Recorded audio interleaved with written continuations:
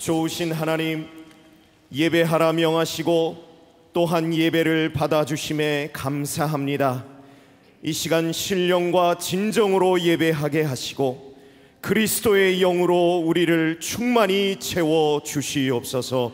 예수님 이름으로 기도드립니다. 아멘. 다같이 서신 채로 함께 교독문 121번을 교독하시겠습니다. 여호와여, 주의 인자하심이 하늘에 있고 주의 의는 하나님의 산들과 같고 주의 심판은 큰 바다와 같으니이다. 하나님이여, 주의 인자하심이 어찌 그리 보배로우신지요. 그들이 주의 집에 있는 살진 것으로 풍족할 것이라. 진실로 생명의 원천이 주께 있사오니 주를 아는 자들에게 주의 인자하심을 계속 베푸시며 마음이 정직한 자들에게 공의를 베푸소서. 아멘. 다같이 찬송가 452장을 진심을 다해서 주님 앞에 드리시겠습니다.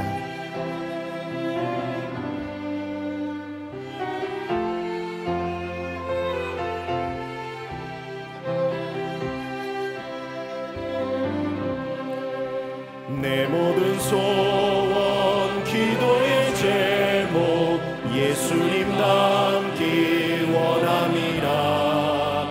예수님 형상 나 입기 위해 세상의 모아 기잖네. 예수님 닮기 내가 원하네. 날 구원하신 예수님을 내 마음속에 지금도 사 주님의 형상 인치소서. 무한한 사랑 풍성한 긍휼 슬픈 자 위로 하시는 주. 길 잃은 죄인 부르는 예수 그 형상 담게 하옵소서. 예수님 담기 내가 원하네. 날 구원하신 예수님을 내 마음속에 지금도 사 주님의 형상 인치소서. 겸손한 예수 거룩한 주님 원수의 멸실 참으신 사 우리를 위해 고난을 받은 구주를 담게 예수님 남기 내가 원하네. 날 구원하신 예수님을 내 마음속에 지금도 사 주님의 형상 인치소서. 아멘.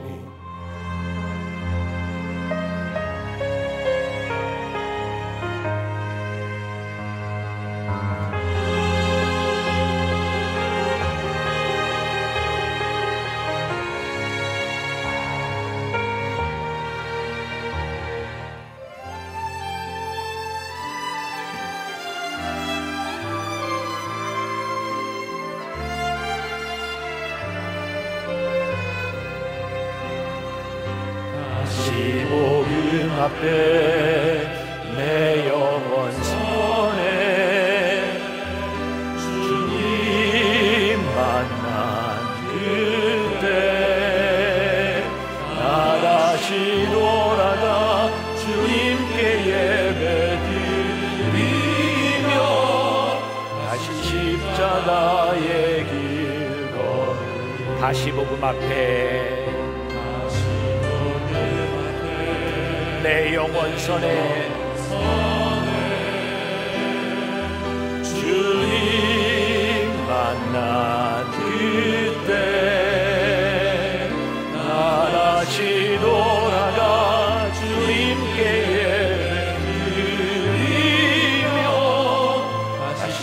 십자가의 길. 우리 한 번만 더 다시 복음 앞에.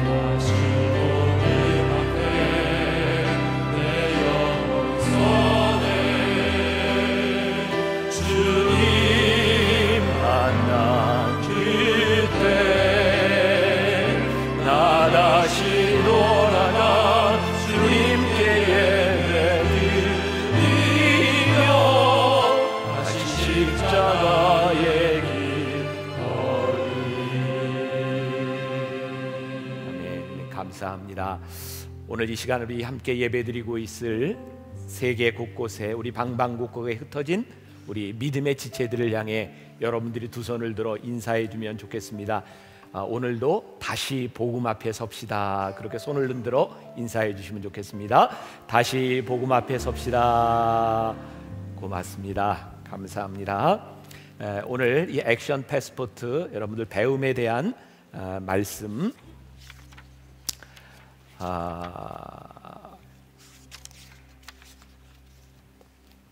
14페이지를 펴 놓으시고 저를 보세요. 책을 보지 말고 이제 여러분들이 볼 수 있는 시간이 있으니까 저를 보시고 말씀에 집중하시면 좋겠습니다. 오늘은 배움이 주는 유익이라고 하는 제목으로 말씀을 나누려고 합니다. 오늘 말씀은 지난주의 말씀과 아주 밀접하게 연관이 되어 있습니다. 지난주에 우리 뭐에 대한 이야기 들었죠? 묵상에 대한 말씀 들었습니다. 여러분들이 그런 표정을 지을 때마다 저는 참 마음이 힘들어집니다. 바로 지난주입니다. 하나님의 말씀은 성경은 하나님의 감동으로 된 것이기 때문에 우리를 바르게 의로 교육하기에 유익하다라고 하는 믿음의 확신을 가지고 우리들이 말씀을 묵상한다 그랬어요. 기억이 나시는 거죠? 예. 근데 묵상해서 끝나는 것이 아니라 우리들이 어떻게 말씀을 배워갈 것이냐. 사실 우리 교회의 우리 신앙의 문제는 하나님의 말씀을 듣기는 하는데 하나님의 말씀을 잘 따르지 않는 것이 문제인 것 같아요. 성경에 보면 예수님께서 너희들이 나를 믿어라 라고 하는 말씀보다 나를 따르라 라고 하는 말씀이 훨씬 더 많이 나와 있습니다.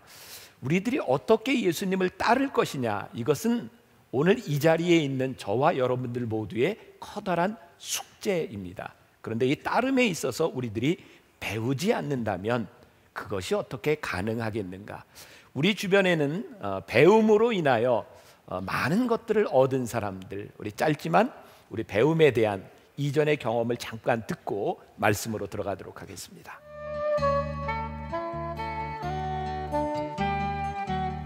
M스쿨에서 신약개관과 구약개관 강좌를 듣고 나서 어렵기만 하던 성경이 조금씩 이해되기 시작을 했고요. 그리고 양육자 가정을 하면서 순종하는 평신도를 하나님께서 얼마나 기뻐하시는지를 확실히 알게 되었습니다. 그러면서 저의 삶이 순종하는 삶으로 변해되기 시작했는데요. 바쁜 직장 생활 중에도 1:1 양육과 큐티 친구, 북톡톡을 섬기며 순종하는 삶을 살게 되어 너무 기쁘고 감사합니다. 저는 지금까지 부모님이 물려주신 신앙으로 살아왔고 주일에는 당연히 교회를 가야 된다는 습관으로만 예배를 드렸던 것 같습니다.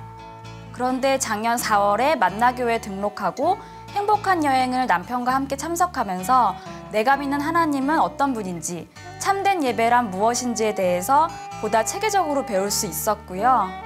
내 인생에서 무엇이 제일 중요한지도 이제 와서 깨달았습니다. M스쿨을 신청하고 공부하면서 처음에는 단순 성경 공부라고만 생각했던 시간이었는데 시간이 지날수록 제 신앙에 대해서 다시 한번 생각하는 계기가 되었어요. 지금까지 모태신앙으로 긴 시간 동안 교회를 섬기며 자랐기 때문에 어느 누구보다 하나님과 가깝다고 생각했습니다.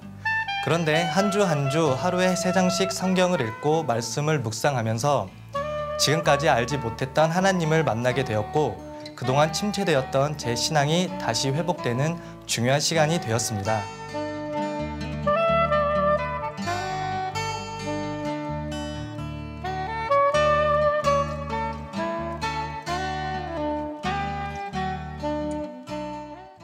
어쩌면 저분들의 이야기를 들으면서 여러분들 가운데는 절망감을 느끼는 분이 있을지도 몰라요. 그동안 나는 많이 해봤는데 안 돼. 오늘 사도 바울이 본문에서 얘기했던 내가 그리스도를 본받는 자 된 것 같이 너희도 나를 본받는 자가 되라. 과연 이 말씀이 가능한 것일까? 사도 바울에게서 오는 이 자신감은 어디에서 오는 것일까? 근데 사도 바울이 끊임없이 주장하는 것, 그의 고백이 있습니다. 나의 나 된 것은 하나님의 은혜라.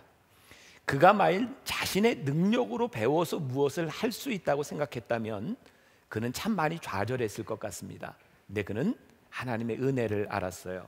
요한복음 15장 16절에 보면 예수님께서 말씀하셨습니다. 너희가 늘 택한 것이 아니요 내가 너희를 택하여 세웠나니. 우리가 말씀을 배우고 예수님을 따라 살아갈 수 있는 것은 우리의 능력이 아닙니다. 예수님이 우리를 부르셨기 때문에 우리들이 할 수 있다는 것이에요. 제가 유학 시절에 잊을 수 없는 이야기가 하나 있습니다. 제가 공부하던 학교에 한국인 교수님 한 분이 계셨어요. 그분은 유학생들이 오면 늘 집에 불러서 식사를 이렇게 대접해 주시고 한국 학생들을 격려했습니다. 그때 한국 학생들에게 늘 이런 얘기를 했어요. 영어 때문에 기죽지 마십시오. 여러분들 한국말 그렇게 잘하면서 영어 이 정도 하면 괜찮은 겁니다. 미국 사람들 영어밖에 못합니다. 영어 못하는 것 때문에 기죽지 마십시오. 근데 아무리 그런 이야기를 들어도 저는 길거리에 노숙하는 사람이 영어 잘하는 것만 봐도 그렇게 부러웠어요. 그때 그런 생각했어요. 저 사람은 영어를 저렇게 잘하는데 왜 노숙을 할까? 저에게는 정말 그 영어라고 하는 게 벽처럼 많이 느껴졌던 때입니다. 그때 그 교수님이 처음 본인도 유학을 왔을 때 슈퍼에 집에 필요한 물건을 이렇게 사러 갔는데 그때 이쑤시개 요지를 사러 갔는데 아무리 생각해도 요지라고 하는 말이 단어가 생각이 안 나더래요. 찾다 못 찾고 그 직원을 불러서 막 설명을 한 거예요. 바디랭귀지로 했겠죠. 근데 못 알아듣더래요. 이 교수님이 화가 났대요. 그래서 한국말로 그 직원한테 야 너는 나이가 몇 살인데 요지도 모르냐? 요지 몰라 요지? 아이 그리고 그냥 딱 하는데 그렇게 마음이 시원하더래요. 아니 어떻게 요지라는 말도 몰라요? 그렇죠. 가만히 생각해 보면 우리들은 못하는 것 때문에 우리들이 많은 상처를 받지만 사실은 우리들이 잘하는 것, 또 하나님이 우리를 부르신 이유가 있는데 우리들이 그 이유를 모르기 때문에 스스로에 대한 자존감이 떨어질 때가 참 많은 것 같아요. 어제 위클리 비즈라고 하는 그 조선일보의 그 난에 나온 이야기를 하나 보게 되었습니다. 이름이 참 특이한 이돈태 삼성 전무 디자인을 담당하고 있는 분의 이야기였습니다. 30 넘어 유학을 가게 되었고요.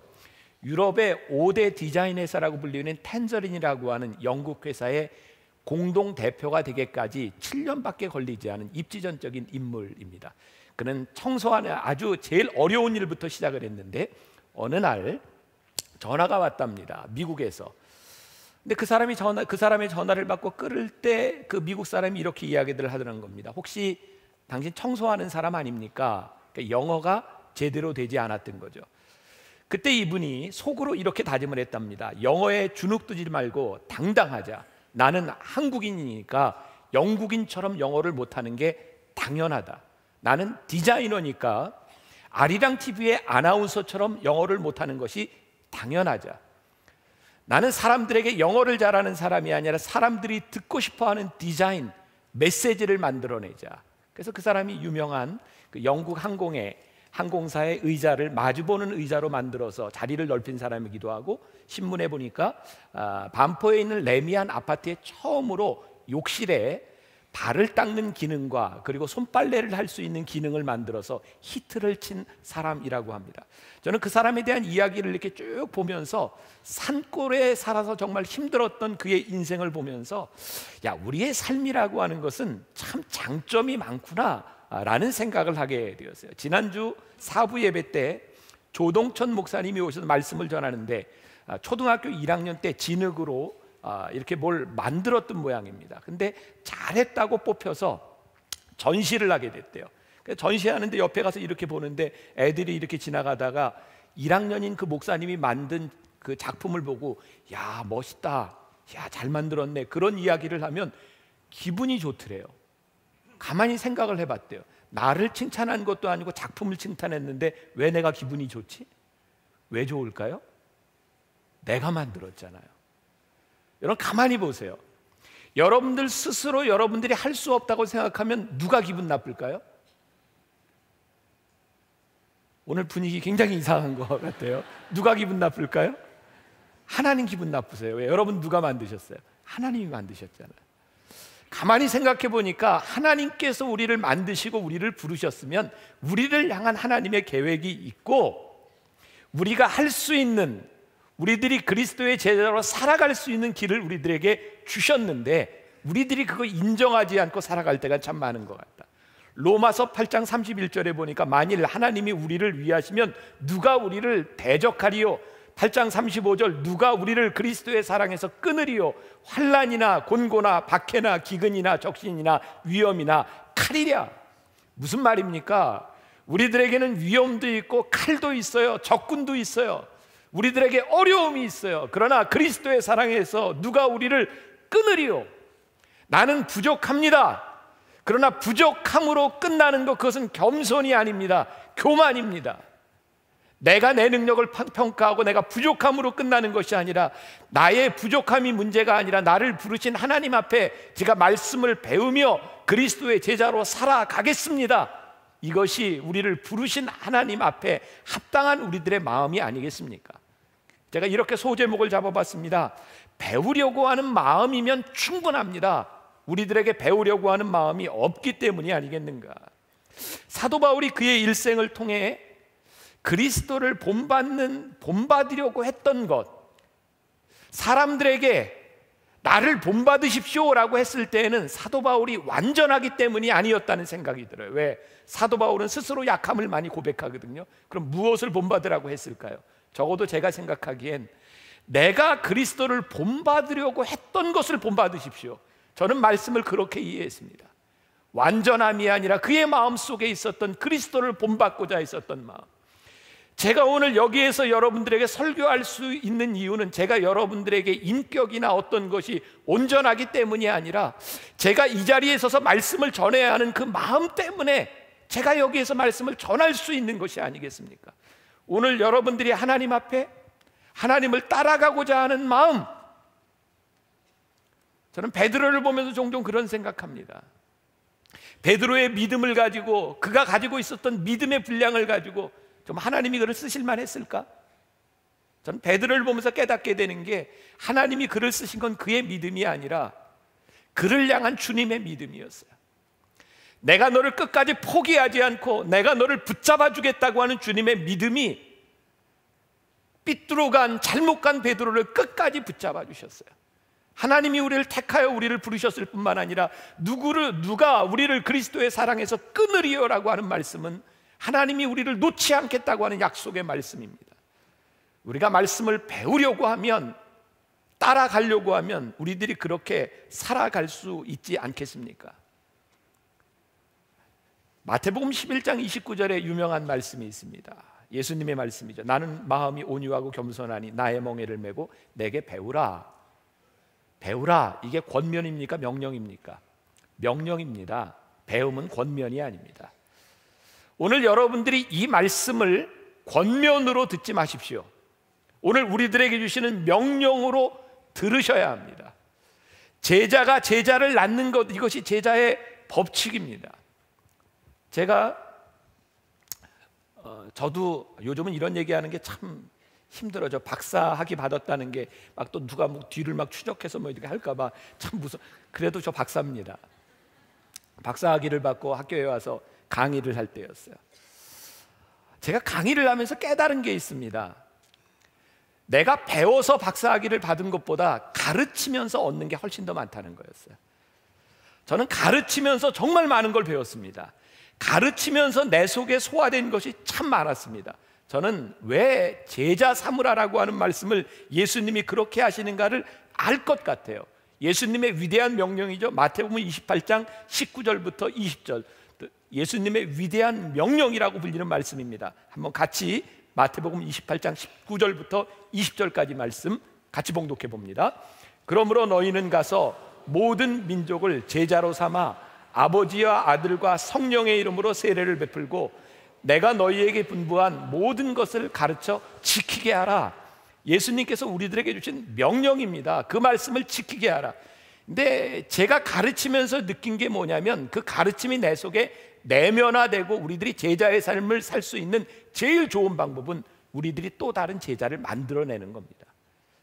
여러분들이 배우지 않고 이 일을 할 수 없습니다. 여러분들이 성장할 수 없습니다. 그래서 오늘 제가 이 배움에 대한 말씀을 여러분들에게 아주 강조해서 말씀드리는 이유입니다. 제가 오래전에 읽었던 책이 있습니다. 후안 카를로스 오르티즈 목사님의 책 제목이 굉장히 깁니다. 우리는 이 땅 위에 아무렇게나 나뒹굴고 있는 벽돌더미가 되어서는 안 됩니다 라는 책에 나오는 짧은 이야기를 하나 제가 소개해 드립니다. 한 할머니가 그 목사님에게 있었던 일입니다. 나에게 한 소녀를 소개해 주었다. 얘가 내 손녀입니다. 아, 그러십니까? 예, 제겐 증손녀들도 있습니다. 그 중에 한 애는 벌써 15살이 되었는데 그 애가 결혼하면 또 손자, 고손녀가 생기겠죠. 물었습니다. 슬하에 자녀를 몇이나 두셨습니까? 6입니다. 그러면 지금 손자, 손녀가 몇 명입니까? 36입니다. 증손자, 손녀들은 어떻게 되십니까? 글쎄요, 안 세봐서 잘 모르겠습니다. 확률로 따지자면 그 할머니는 216명의 증손자와 1296명의 고손자, 고손녀들을 거느리게 됩니다. 이 할머니의 자녀들은 여러 종류의 직업을 가지고 있습니다. 의사, 변호사, 또 농부, 택시운전. 그녀의 손자 가운데도 여러 가지의 직업을 가지고 있습니다. 만약 내가 할머니에게 어떻게 이 많은 아이들을 모두 잘 먹이고 입히고 교육시켰습니까? 라고 묻는다면 그 할머니는 이렇게 대답할 것입니다. 어떻게 다 키워요? 난 단지 6애만 키웠어요. 그 할머니는 자녀들을 단지 양육했을 뿐입니다. 오늘날 교회에서 이런 번식의 법칙이 발견되지 않는 것이 문제입니다. 가엾은 목사들은 모두 교인들을 책임져야 하는데 이것이 문제입니다. 자라나고 확장되며 벽돌들로 집을 짓기 위해서는 우리 교회는 그 할머니로부터 배워야 합니다. 사람들로 제자를 삼아 그들로 하여금 보다 많은 사람들을 제자로 삼도록 해야 합니다. 우리는 고아원 원장이 아니라 아비가 되어야 합니다. 제가 오늘 결심했습니다. 저는 고아원의 원장이 아닌 아비가 되기로. 여러분들에게 주어진 영혼들에게 여러분들이 아비가 된다고 하는 것은 놀라운 일입니다. 왜? 그 자식이 또 아비가 될 것이기 때문입니다. 이것이 하늘나라의 원리이고 말씀 제자 훈련의 원리입니다. 그런데 이 제자 훈련을 우리들이 말씀을 받아야 되는 이유 가운데 하나가 때로 우리들에게 엄격함이 필요하지 않은가라는 생각을 합니다. 말씀을 배우는 데 있어서는요, 말씀을 배우며 나를 다스리고 절제하는 것이 필요합니다. 그리고 무엇을 배우는 데 있어서는 매뉴얼이 굉장히 중요합니다. 제 삶의 제일 큰 단점은 매뉴얼 읽기를 굉장히 싫어한다는 겁니다. 저는 어떤 제품을 사서 매뉴얼을 읽어본 적이 없습니다. 그건 전부 제 아내가 읽습니다. 아니면은 제가 이제 함께 하고 있는 우리 직원들에게 좀 읽어줘 그리고 가르쳐줘 라고 하는데 매뉴얼을 안 읽다 보니까 문제가 뭐냐면 발전이 없다는 겁니다. 제가 깨닫습니다. 매뉴얼을 읽는 것은 굉장히 중요한 일이다. 저는 다른 것은 모르겠지만 오늘 제가 말씀을 전하고 만나교회 목회자로서 제가 목회를 하는 데 있어서 적어도 저에게 지나갔던 시간들, 신학대학 4년을 지나고 신학대학원 2년을 하고 미국에 가서 MDB 과정 3년짜리를 또 하고 그리고 또 박사과정을 다 마치고 제가 공부한 12년의 시간들을 통해서 제가 오늘 여러분들에게 말씀을 묵상할 수 있고 말씀을 보면서 말씀을 전할 수 있는 사람이 된 것이지, 제가 공부를 하지 않고 말씀을 배우지 않았다면 제가 어떻게 이 말씀을 전할 수 있겠습니까? 우리는 너무 쉽게 편의 또 배려라고 하는 말을 가지고 우리들이 원칙을 저버릴 때가 많다는 생각이 듭니다. 오늘날 교회가 힘을 잃은 이유 중에 하나가 뭐냐면 너무 많이 배려한다는 겁니다.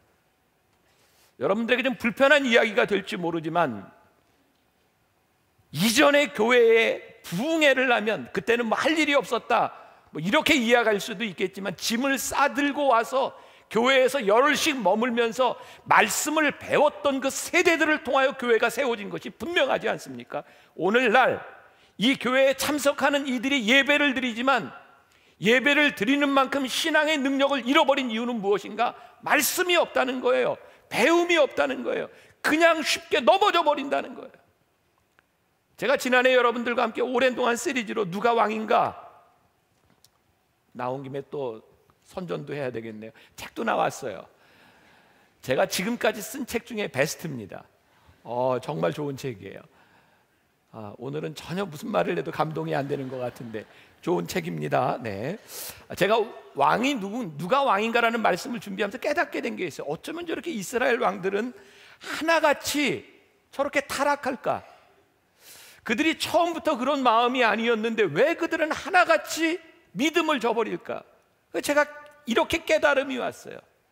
그들이 나라를 이렇게 잘 지키고 믿음을 지키다 어느 순간인가 세상이 보이는 거예요. 어떤 세상이 보이냐면 큰 나라, 큰 땅을 가지고 힘을 가진 나라, 그들이 섬기는 신이 보이는 거예요. 그래서 우리도 이 힘을 가지려면 그들처럼 우상을 숭배해야 되겠다. 참 신기하죠. 하나님이 여기까지 인도해 주셨는데 하나님의 인도하심 가운데 우리들의 눈에 왜 세상이 보일까? 그래서 세상을 따라가며 그들은 전부 타락합니다. 오늘날 우리들이 부모들이 자식을 바라보면서 무엇을 부러워합니까? 세상을 부러워해요. 자식들에게 말씀을 가르치는 것 그것보다 우리 애들이 세상 아이들과 똑같이 공부도 잘하고 번듯한 대학에 가서 좋은 직장을 다녔으면 좋겠다. 우리 아이들도 인류의 대열에 합류하면 좋겠다. 그 인류라고 하는 말, 엘리트라고 하는 말이 세상과 교회가 틀리지 않은 것이 문제인 거예요. 오해하지 마십시오. 여러분들 자식들이 공부를 못해도 된다, 좋은 직장이 아니어도 된다, 그것이 아니라 공부도 하고 좋은 직장도 가지고 우리들이 무엇이든지 할 수 있지만 정말 중요한 것은 그리스도를 닮아가는 배움이 없다면 우리가 세상과 다른 것이 무엇인가 이 말이에요. 여러분 솔직하게 여러분들 가운데 지금 예배를 드리는 여러분들 마음 가운데 우리들이 그리스도를 닮아가겠다고 하는 마음, 여러분들이 말씀을 배워야 되겠다는 열망이 여러분들에게 있는가? 아니면 우리들이 예배를 드리면서도 세상과 똑같은 것들을 우리들이 바라보고 있는가? 이거 차이가 나지 않는다면 우리에게 무슨 능력이 있겠습니까?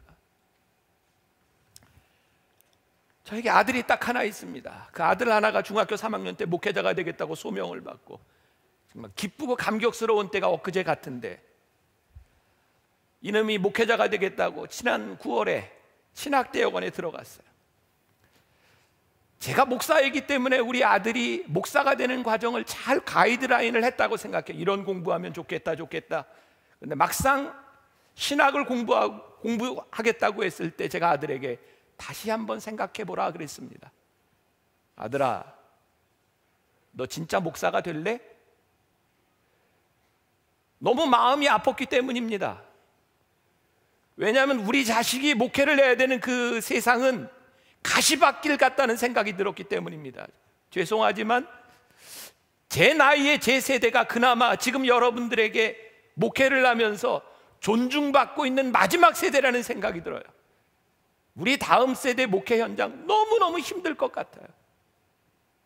미국에서 꽤 괜찮은 학교의 비즈니스를 졸업한 우리 아들에게, 아니 취직하면 돈 벌 수 있는 아들한테 너 편하게 살 수도 있는데 너 진짜 목회할래? 근데 그 아들이 저를 부끄럽게 했어요. 아빠, 하나님이 저에게 사명 주셨잖아요. 그 말 한마디에 그래, 하나님이 너에게 사명을 주셨으면 그래 해라. 여러분들에게 제가 얘기하는 말이 이해가 되지 않을지 몰라요. 이 시대에 대한민국의 대형교회 목회자로 산다고 하는 것, 그 자식이 목회를 한다는 게 얼마나 힘든 일인지 몰라요. 제가 우리 아들을 미국에다 홍보시키는 이유가 신학 공부를 하는 동안만이라도 사람들에게 눈총을 받지 말고 너 하고 싶은 공부 열심히 해라. 비자를 받기 위해서 지난 한 주간 왔다 간 아들에게 제가 이런 얘기했습니다. 아들아, 아빠가 너 도와줄 수 있다. 그러나 아빠가 너를 도와주지 않는 이유, 네가 나중에 목사가 되었을 때, 누군가에게 내가 설교를 할 때 내가 도움으로만 여기까지 온 것이 아니라 내가 이렇게 어려운 길을 헤쳐나왔습니다 라고 하는 것이 네 목회의 이야기가 되었으면 좋겠다. 아빠가 너를 도와주지 않는 건 너를 사랑하지 않기 때문이 아니라 네가 목회하며 설교할 때 네가 할 수 있는 이야기가 있는 사람이 되었으면 좋겠다. 제가 오늘 여러분들에게 제자가 된다고 하는 것을 이렇게 말씀드리고 싶어요. 저도 여러분들이 부자가 되면 좋겠고 여러분들이 잘 살아서 평안하게 했으면 좋겠어요. 그러나 적어도 우리가 제자가 된다고 하는 것은 그런 것만은 아닌 것 같아요. 우리들에게 주어진 사명, 그래서 그 사명 때문에 우리들이 때로는 피를 흘리는 흔적도 있고 우리들이 제자의 삶으로 살아가는 것 때문에 우리들에게 있었던 아픔의 이야기들이 있을 때에 우리의 다음 제자들을 향해서 우리의 자녀들을 통해서 너희도 내가 그렇게 살았던 것처럼 나를 본받는 자가 되었으면 좋겠다라고 말할 수 있지 않을까. 제자라고 하는 말은 follow, 따른다고 하는 말이고 Christ like, 예수 닮은 사람이 된다는 이야기고, 사도행전 11장에서 처음으로 안디옥에서 예수를 믿는 사람들이 그리스도인이라는 말을 듣습니다. 사람들이 안디옥에 있는 그리스도인들을 바라보면서 예수님을 닮았다라고 말하게 된 것입니다. 나를 본받는 자가 되라고 하는 것은 그렇게 낭만적인 말이 아닙니다. 어쩌면 처절한 말이기도 하고, 나를 본받는 자가 되라고 하는 것은 치열한 말이기도 합니다. 사도 바울에게 있어서 나를 본받는 자가 되라고 하는 말, 그것은 그렇게 쉽게 한 말이 아니었습니다. 오늘 이 세상을 살아가는 우리들에게 나를 본받는 자가 되라고 하는 그 배움이라고 하는 것은 무슨 의미가 있을까? 10여 년 전입니다. TV 프로그램에 나온 이야기인데 여러분들에게 한번 묻겠습니다. 소주가 한 병에 몇 잔입니까?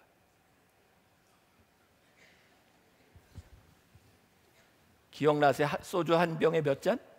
7잔 나옵니다. 7잔. 또 오늘 가서 또 실험해 본다고 뭐 내가 먹으려는 7잔이 나오는데 그 방송에 나온 게 그거였어요. 소주가 7잔이 나오는 이유가 우연히 나온 게 아니라 전략적으로 7잔이 나오도록 만들었다는 거죠.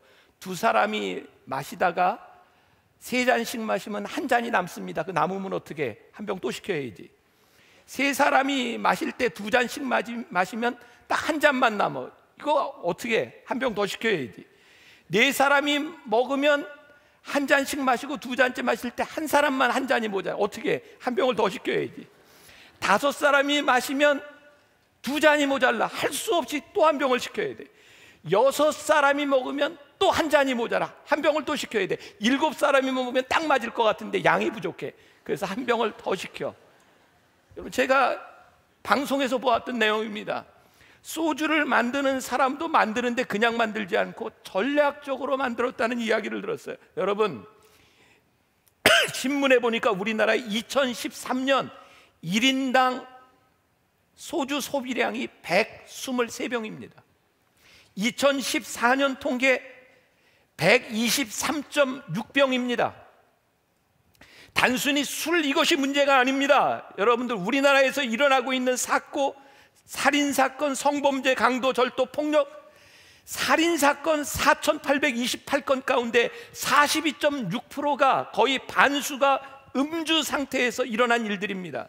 강간, 강제추행의 성범죄의 32.34%가 술을 먹은 다음에 일어난 일들입니다. 여러분, 이 세상이 전략적으로 만들어놓은 이 술 소비 때문에 지금 어떤 일들이 일어나고 있는지 아십니까? 제가 액션 패스포트를 왜 여러분들과 함께 만들며 제가 몇 달을 나름대로 수고하고 이것을 만들었겠습니까? 안 되겠다는 거예요. 우리도 전략적으로 살아야 되겠다는 거예요. 적어도 말씀을 듣고 말씀대로 살아가는 사람들이 전략적으로 살지 않으면 우리들이 어떻게 이 세상을 이기겠는가? 제가 여러분들에게 도전하고 싶습니다. 술을 먹는 사람들이 넘쳐나는 세상과 말씀을 먹는 사람들이 넘쳐나는 세상 가운데 어떤 세상이 하늘나라와 가깝겠습니까? 이거 우리들 분명한 것 아닙니까? 말씀을 배워야 우리들이 이 세상을 바꿀 수 있는 것이 아니겠는가? 오늘 여러분들의 가장 강력한 액션 플랜이 무엇일까?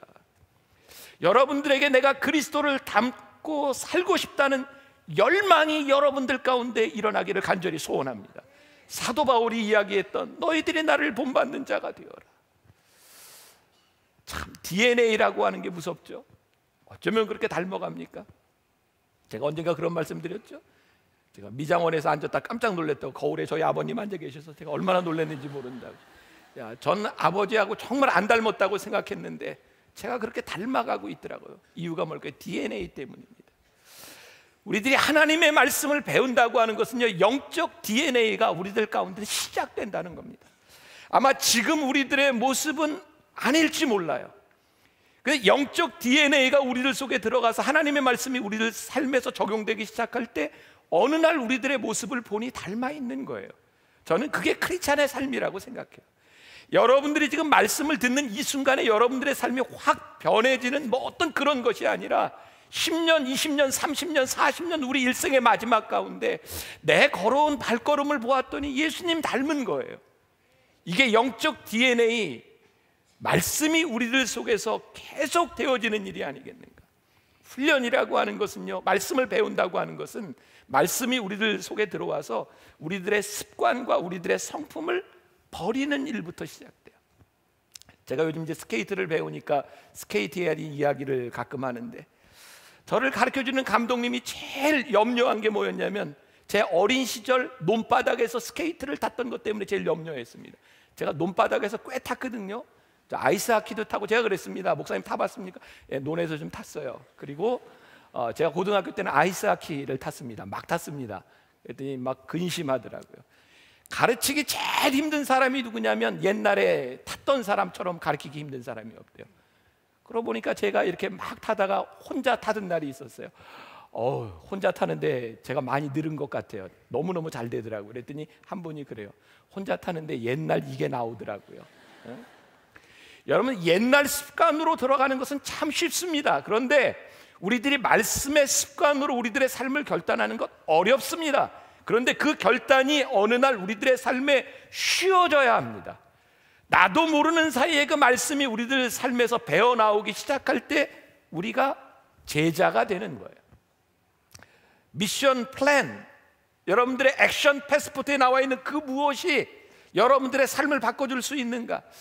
저희 교회의 사무엘 학교, 너무너무 죄송한 건 많은 부모님들이 원하는데 우리들이 받지 못하는 것이 너무너무 안타까워요. 제가 오늘 설교하면서 오늘 말씀을 듣는 여러분들 가운데 사무엘 학교와 다음 세대에 대한 비전이 있는 분들은 여러분들 돈을 좀 내놓으십시오. 이게 돈 얘기를 하면 늘 이런 반응이 와요.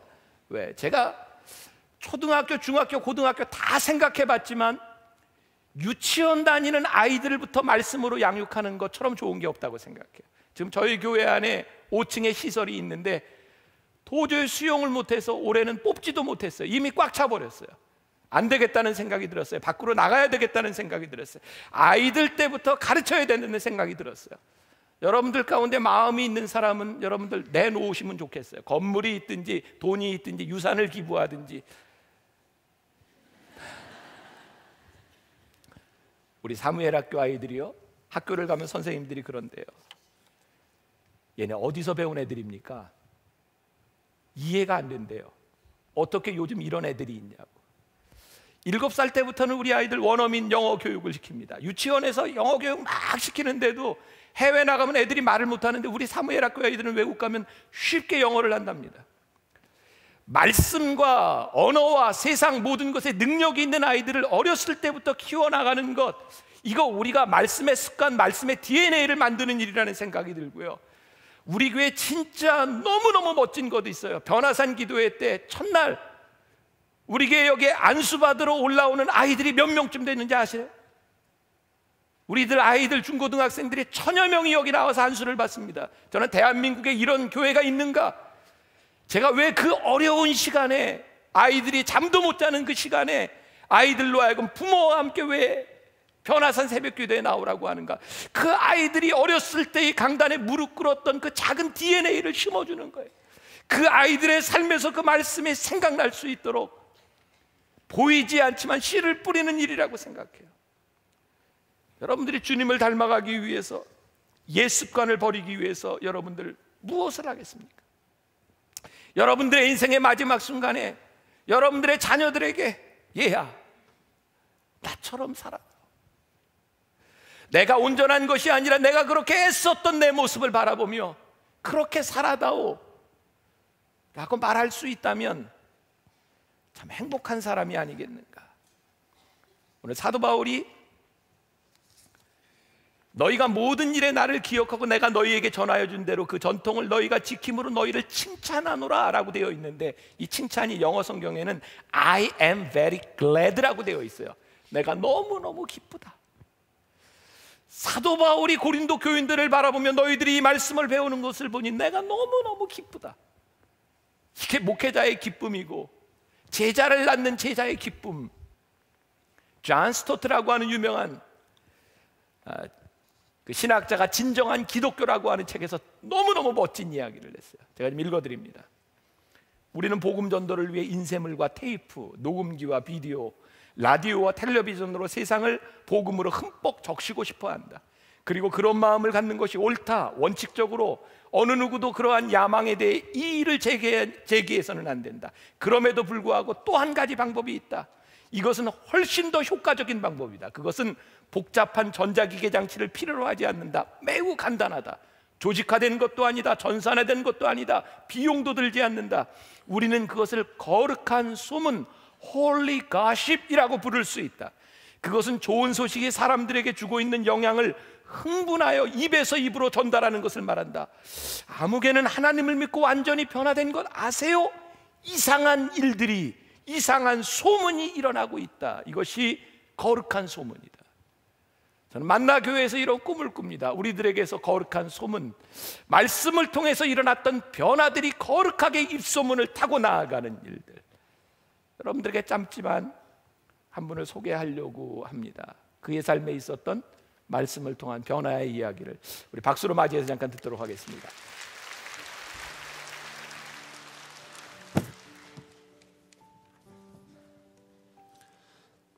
안녕하십니까. 저는 BTD 36기를 경험한 김승재 나무의 이유철 권사입니다. 먼저 오늘 이 간증을 통해 살아계신 하나님을 증거하기 원합니다. 예전에 저는 술, 담배를 참 많이 했습니다. 담배는 하루에 5갑 이상을 피웠었고요. 그리고 술은 한 번 마시면은 멈추지 않고 밤을 새도록 마셨습니다. 지금 생각해보니 참 많은 날들을 밤새면서 술을 마셨던 기억이 납니다. 이 자리를 통해서 집사람한테 미안하다고 말하고 싶습니다. 여보 미안해. 시어머니와 시누이와의 불화로 인해 매일 아내와 전쟁을 치렀습니다. 저는 술을 마시면 잊혀질 것 같았고 담배 한 대 한숨이 뭔가 시원하게 해줄 것 같았습니다. 갈수록 가정의 상황은 악화되고 사업은 하는 것마다 실패했습니다. 아내는 우울증에 빠져 매일 죽었으면 하는 마음으로 하루하루를 살아갔습니다. 그러던 어느 날 하나님께서 저의 삶에 개입하시기 시작하셨습니다. 아내는 우울증 치료 상담을 권유받고 교회에서 상담을 받으면서 예수님을 온전히 믿게 되었습니다. 그리고 아내는 변화되기 시작했습니다. 저를 비난하던 아내는 매일 저를 격려하기 시작했습니다. 당신은 최고야. 당신은 할 수 있어. 그런 아내의 변화를 통해 저에게도 변화가 일어나기 시작했습니다. 다시 나의 관심과 시선이 하나님께로 옮겨지기 시작하였고 술과 담배를 끊게 되었습니다. 가정이 서서히 회복되기 시작하면서 다시 사업에 도전하게 되었고 치킨 매장을 시작하게 되었습니다. 장사하던 중 어느 날 밤늦게 술을 마시고 가는 손님들을 보면서 마음이 불편해지기 시작했습니다. 술 마시고 나가는 뒷모습이 저의 술 취했던 예전의 모습으로 보여졌기 때문입니다. 저렇게 가면 아내가 싫어할 텐데, 아이들은 저 아빠를 늦게까지 기다릴 텐데, 이런 불편한 마음이 생겼고 어떻게 해야 될지 하나님께 기도하게 되었습니다. 이럴 때쯤 교회에서 변화산 기도회가 시작되었고 그리고 하나님은 제게 바로 응답을 해주셨습니다. 설교 말씀 중 라합의 붉은 줄을 이야기하시면서 고민하지 마십시오. 결단하시면 됩니다. 믿음은 고민이 아니라 결단입니다. 이 말씀을 듣고 마음에 결심하게 되었고 라합이 붉은 줄을 내린 것처럼 저희 업소는 술을 판매하지 않습니다라고 크게 써붙였습니다. 흐뭇했고 기뻤습니다. 그런데 손님은 계속해서 줄었고 가게 새내기도 어려워졌습니다. 결국 더 싼 곳으로 가게를 옮겨야만 했습니다. 그러던 중 아내는 먼저 BTD를 경험하게 되었습니다. 그런데 BTD를 다녀온 뒤 아내의 생활이 더욱더 변화되는 모습을 보고 도대체 뭐하는 곳이기에 이렇게 변화되었는지 물어보아도 대답해주지 않더군요. 참 치사했습니다. 그래서 정말 치사하다, 나도 간다 하며 저도 BTD에 들어가게 되었습니다. 사실 마음속으로 닭이나 잘 팔리게 해달라고 기도하러 들어갔는데 둘째 날 특별 찬양을 듣는 중에 예수님께서 제 마음 가운데 오셨습니다. 내 사랑하는 의철아, 내가 너를 얼마나 사랑한 줄 아니? 내가 너를 너무 사랑해서 세상에 나를 내어주었단다. 내가 너를 너무 사랑한단다. 이 소리는 저를 무너뜨렸습니다. 눈물이 그칠 줄 몰랐고 회개하기 시작하였습니다. 그리고 이후 저의 삶은 변화되었습니다. 더 이상 세상 그 무엇도 필요하지 않았습니다. 예수님과 함께하는 것이 가장 큰 기쁨이 되었습니다. 그 후 치킨 매장을 정리했습니다. 물론 빚만 남았지만 예전과 달리 실망하고 낙담하는 것이 아니라 오히려 기쁨이 넘쳤습니다. 그리고 저와 아내는 봉사를 시작하였습니다. 봉사하면서 예수님을 더욱 깊이 경험하게 되었고, 그리고 삶의 어려운 문제에 직면할 때마다 예수님은 이길 힘을 주시고 저를 이끌어 주셨습니다. 지금 저와 아내의 관심은 오직 말씀 가운데 살아가는 것입니다. 저희 가족은 매일 말씀 암송 예배를 드리고 있으며 성경 읽기와 묵상과 기도가 계속해서 이어지고 있습니다. 지금의 저는 예전에 세상적인 관심을 버리고 주님께서 나에게 하실 일들을 기대하며 넘치는 감사와 기쁨으로 하루하루를 주님께 집중하며 살아가고 있습니다. 말씀은 기대하는 사람의 것입니다. 결단하고 기대하는 사람에게 그 말씀은 이루어질 것입니다. 감사합니다.